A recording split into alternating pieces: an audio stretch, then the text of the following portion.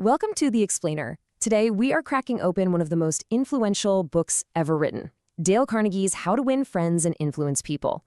We're going to boil it all down to the three core principles that are the absolute foundation of his entire philosophy.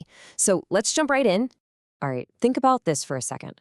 Carnegie's own research and a bunch of other studies actually uncovered a pretty surprising truth about what really drives success. And you know what? It's probably not what you're thinking. Get this. Research from the Carnegie Institute found that a whopping 85% of your financial success comes down to your skill in what they called human engineering. I mean, today we just call it people skills, right? It's your personality, your ability to lead, and just your talent for connecting with other human beings. Yeah, you heard that right.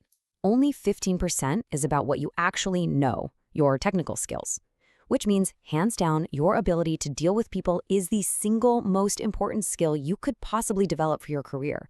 And let's be honest, for your life.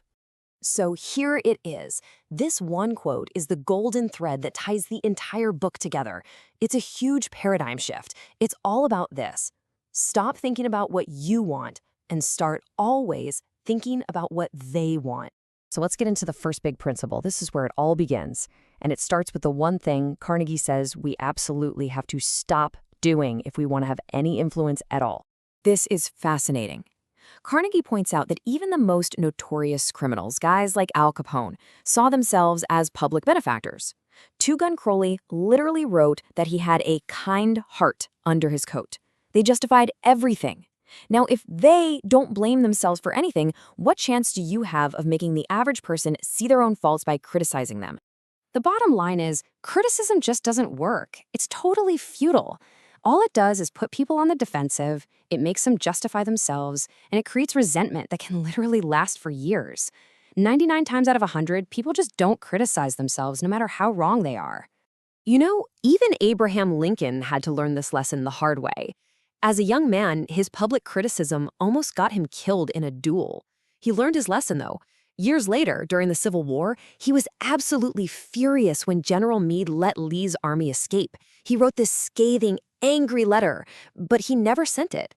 He wrote those words down, boiling with frustration. But then he stopped. He had the wisdom to realize that sending that letter might make him feel better for a minute, but it would only make Meade defensive, it would hurt their working relationship, and it wouldn't solve a single thing. Okay, so if criticism is a total dead end, what's the alternative? Well, instead of tearing people down, Carnegie's second principle is all about building them up. And it taps into what he says is the deepest craving in all of human nature. That's right, the desire to feel important, to be appreciated. It's not just a nice to have, it's a fundamental human hunger.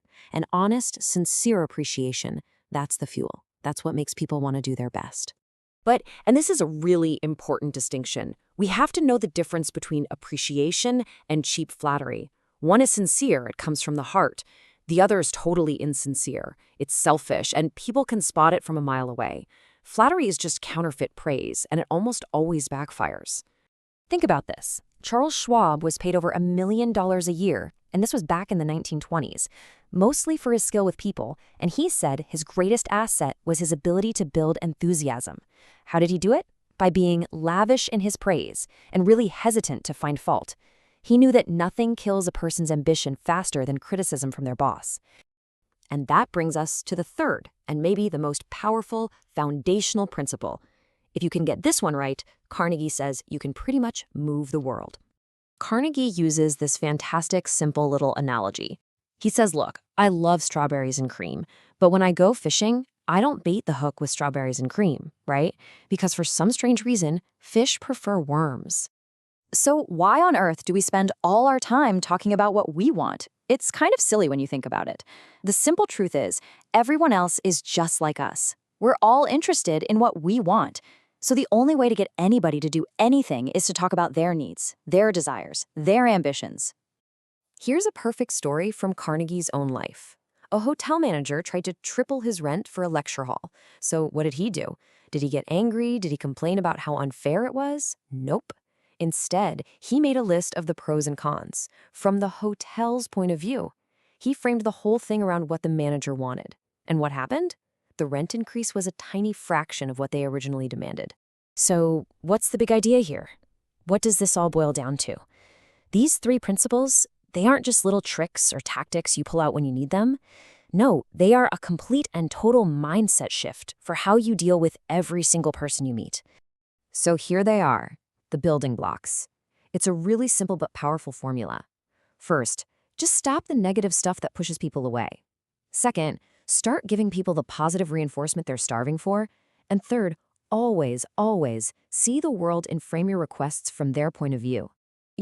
Carnegie always said this was an action book, not a reading book. So that's the final thought I want to leave you with. It's a challenge. Because knowing this stuff is easy. The hard part is actually doing it. So in your very next conversation, are you going to remember to bait the hook to suit the fish?